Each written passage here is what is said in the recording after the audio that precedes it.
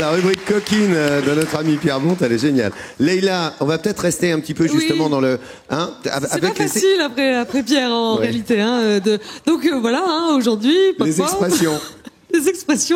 Les expressions du coin, bourguignonne, voilà. Alors ici, on parle beaucoup du crapio de Treuf. Ça vous dit quelque chose, le crapio de Treuf? Un crapio, c'est une grosse crêpe, non? Oui, le crapio, c'est une grosse trèfle, et Treuf, c'est les pommes de terre, donc c'est une sorte de grosses omelettes, de grosses crêpes aux pommes de terre, et après ça, normalement, on est totalement gueudé.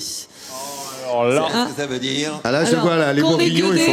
On est gueudé, ça veut dire qu'on est bien plein, on a bien mangé, on est totalement rassasié. Alors, Vincent, je pense qu'il est plutôt du genre à pinocher. Ah, il pinoche, vous pinochez, vous, Vincent? Ça dépend des jours. Il pinoche. Il est plutôt du genre à aller piquer dans les plats des voisins. Ah, c'est ça, pinocher? Il pique à côté. Dorothée, elle est plutôt du genre à pitronnier, elle. Ah oui, je pitronne beaucoup. Parfois trop. C'est quoi? C'est... Ça se voit rien qu'à sa trogne. Alors, c'est pas qu'elle boit. Pitronnier, c'est qu'elle fait la difficile. Ça, c'est tout elle, ça. Elle est délicate. Ah, mais ça, c'est son genre, ça. Jusqu'au jour où elle fait un concours de l'andouille, mais pour l'instant, elle pitronne.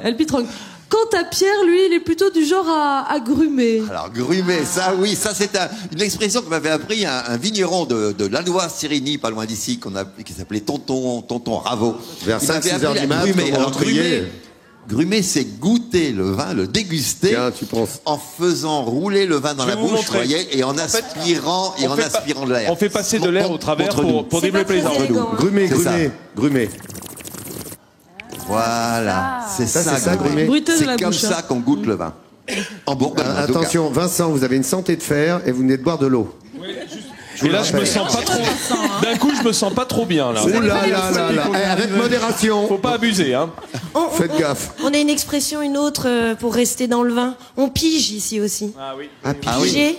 Avec les pieds alors. C'est ça. C'était. On le voit dans quelques films. C'est les femmes qui rentraient dans les grands fûts en chaîne et qui piétinaient. Elles rentraient pas dans les fûts, hein. Si.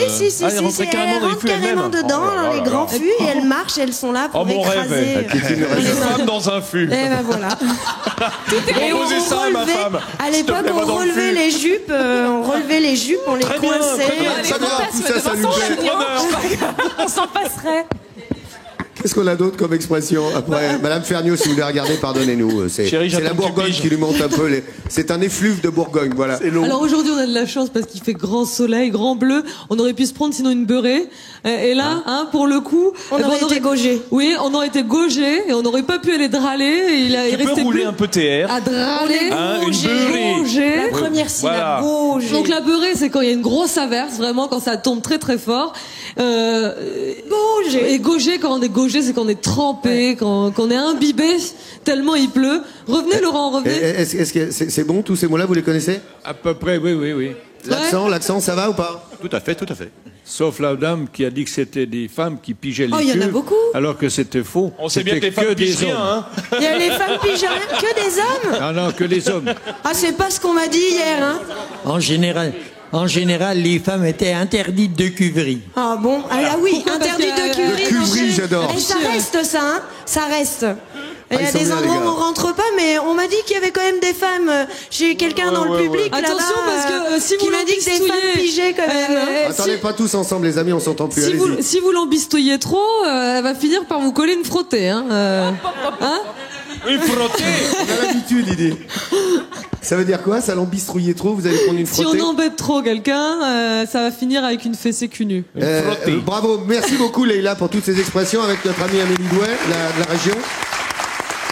Leïla, vous vouliez demain, nous recevrons, demain après-midi, Clovis Cornillac qui sera avec nous parce que demain commence le festival du film policier ici même à Beaune. Et vous vouliez nous parler d'un Beaunois qui est très important en matière de cinéma. Qui s'agit-il? Étienne Jules Marais, qui est le père du cinéma, fin 19e.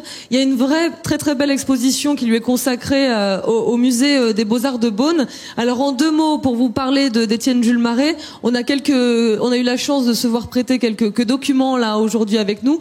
C'est un médecin qui s'est intéressé aux mouvements des animaux et des hommes et qui a décidé de décomposer ces mouvements pour mieux les étudier.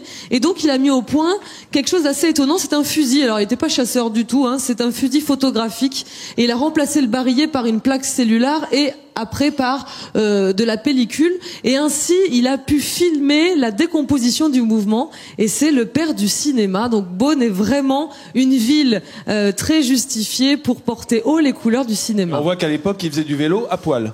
Hein, ce qui est quand même. C'est une obsession avec Vincent. Voilà. Comme un dingue. Hein. C'est pour bien voir les mouvements.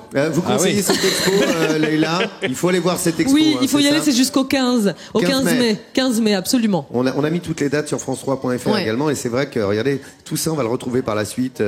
Et au cinéma, et ça a servi évidemment pour la science. Et on voit le travail de jeunes artistes ou d'artistes contemporains par rapport à la création de Marais. Donc ça, c'est intéressant. On voit du Clapiche, on voit vraiment beaucoup d'artistes incontournables. Merci beaucoup, Leïla Kadour. Elle a tout essayé. Elle a surtout essayé Ferniaud et Jean-Sébastien à ses côtés. C'est Dorothée Christy tout de suite.